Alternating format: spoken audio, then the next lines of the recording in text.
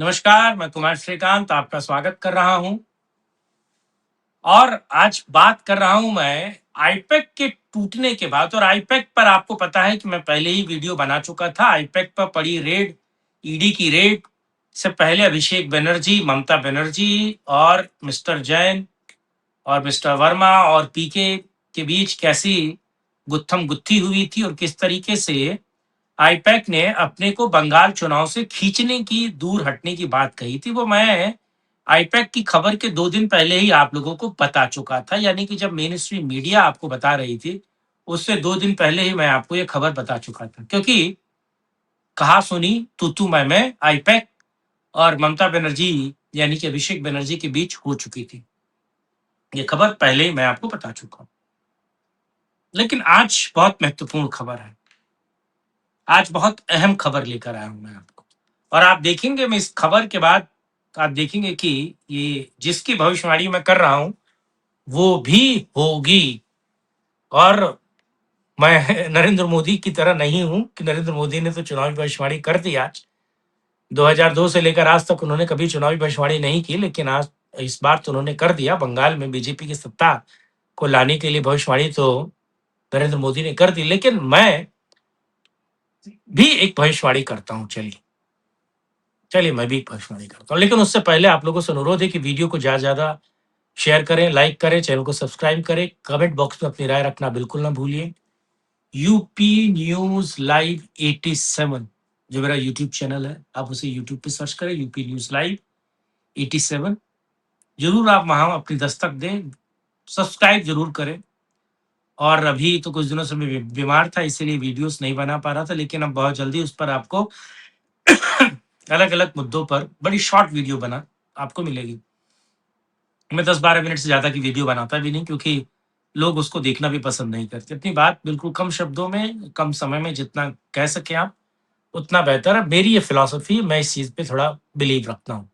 बहरहाल, खबर समझिए। आपको पता है 957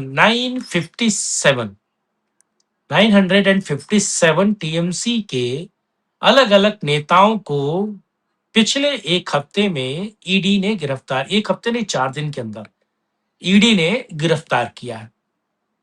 और टीएमसी पर एक सबसे बड़ा प्रहार हुआ था आईपैक का, जब बिस्तरा लुटिया, डूबी और बिस्तरा गोल हुआ और आईपैक अपना काम सब छोड़कर अपने जो लोग जो बंगाल में आईपैक का काम कर रहे थे, उन लोगों को लंबी छुट्टी के लिए भेजा और बोला कि 11 मई के बाद आप लोगों से बात करेंगे और आप लोगों से के साथ काम करेंगे। अब आईपैक इस पूरे काम को देखता था कि किसके पास कितनी फंडिंग जानी है, किसको कब पैसा देना है, कैसे राजनीति करनी है, कैसे किनको आगे बढ़ाना है, किसको, पूरी स्ट्रेटेजी बंगाल के चुनाव में टीएमसी की, ममता बनर्जी की और बंगाल सरकार की आईपैक देखता था।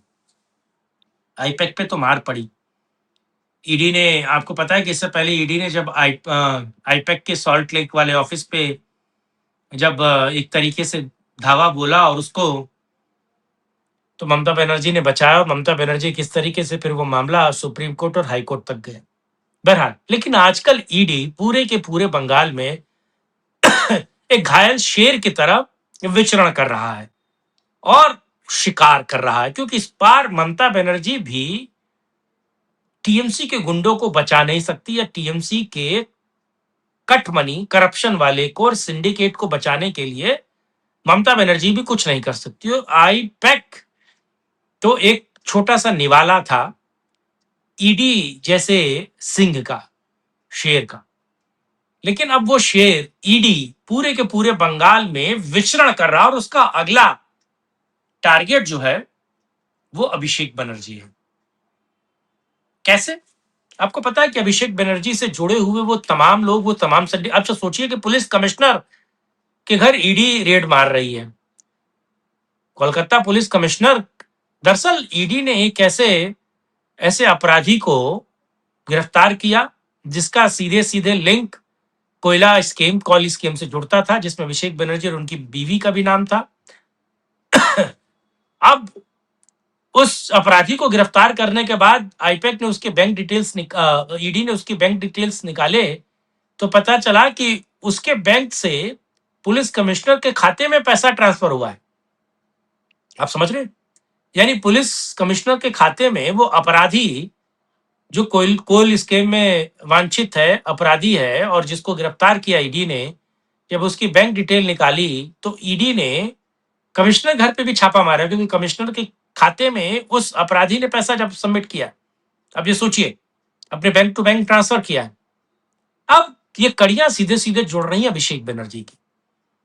तो सबसे बड़ी जो उनका ममता बनर्जी या फिर बंगाल सरकार का चुनावी स्ट्रेटेजी संभालने वाला कोई था तो आईपैक, और आईपैक के चले चले जाने के बाद अभिषेक बनर्जी के साथ कैसे ओल्ड गार्ड और न्यू गार्ड के बीच मारपीट हो रही, यानी कि टीएमसी के पुराने कार्यकर्ता, पुराने नेता और नए नेता जो अभिषेक बनर्जी लेकर आए, उनके बीच कैसे दो दो हाथ हो रहा है।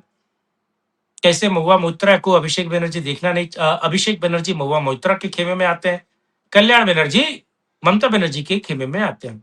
उनके बीच कैसे लड़ाई आपको पता है, वो आप जग जाहिर है। अब अभिषेक बनर्जी को भी ईडी उठाने वाली है। ये खबर मैं आपको पहले बता रहा हूं।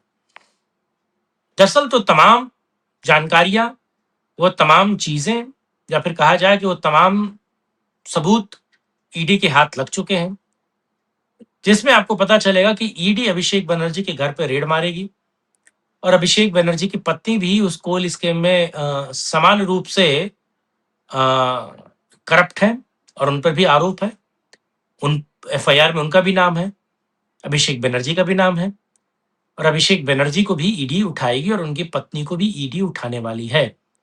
तो ममता के हाथों से आईपैक भी गया, ममता के हाथों से ओल्ड सिंडिकेट के सारे नेटवर्क्स गए, ममता के हाथों से अब तमाम वो कार्यकर्ता भी चले गए, क्योंकि 957 जिससे ज्यादा कार्यकर्ता छोटे बटैये नेता ईडी उठा चुकी है। अब कार्यकर्ता है नहीं, स्ट्रेटजी बनाने वाला है नहीं, चुनाव प्रबंधन का काम देखने वाला है नहीं, और इस बीच जब अभिषेक बनर्जी का विकेट गिरता है तो ममता बनर्जी करेंगी क्या? दरअसल ममता बनर्जी के हाथ में बचेगा क्या, या फिर ममता बनर्जी कर क्या पाएंगे? क्योंकि अभिषेक बनर्जी के जाने के बाद ममता हताश निराश तो होंगी, लेकिन सबसे बड़ा विषय ये है कि अभिषेक बनर्जी के पास जो सूत्र हैं, जो सोर्सेज हैं, और Abhishek Banerjee prima facie culprit है, और प्राइमा फेसी कल्प्रिट कोल घोटाले का जब ईडी लगातार सिंगी की तरह पूरे बंगाल में घूम घूम कर उठा रही है टीएमसी के नेताओं को, तो इसमें अभिषेक बनर्जी का नंबर आता है, तो ममता बनर्जी सीधे तौर पर घिरेंगी, और वो केवल घिरेंगी नहीं, बंगाल का पूरा चुनाव उनके हाथ से चला जाएगा। और इस बीच जब सारे पोल प्रेडिक्शन करने वाले लोग कह रहे हैं सीधे तौर पर कि आने वाले दिनों में बीजेपी रूल करेगी बंगाल को, और बीजेपी ही बंगाल को जीतेगी, और बीजेपी ही बंगाल में लाएगी। एक वीडियो मैंने उस पर बताया है कि किस तरीके से दो बड़े सिंडिकेट कहा जाए, या फिर कहा जाए कि सट्टा मार्केट, फलौदी सट्टा बाजार और भरूच गुजरात और फलौदी राजस्थान का, वो कैसे बीजेपी को आंकड़े दे रहे हैं और बीजेपी को जिता रहे हैं कि हरा रहे हैं। एक वीडियो उस पर ही बनाया है, जरूर आप उसको देखिएगा।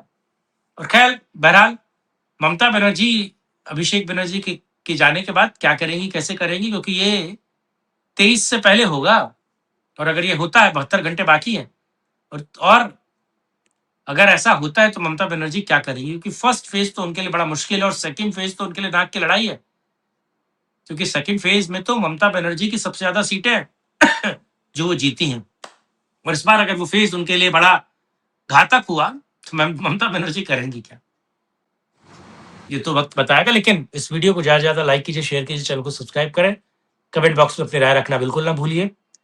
यूपी न्यूज लाइव 87 आप इसे यूट्यूब पे सर्च कीजिए और मुझसे जरूर जुड़ें। बहरहाल आज के लिए इतना ही, किसी और वीडियो पर राष्ट्रहित में चर्चा करेंगे, तब तक के लिए जय हिंद, जय भारत, वंदे मातरम, नमस्कार।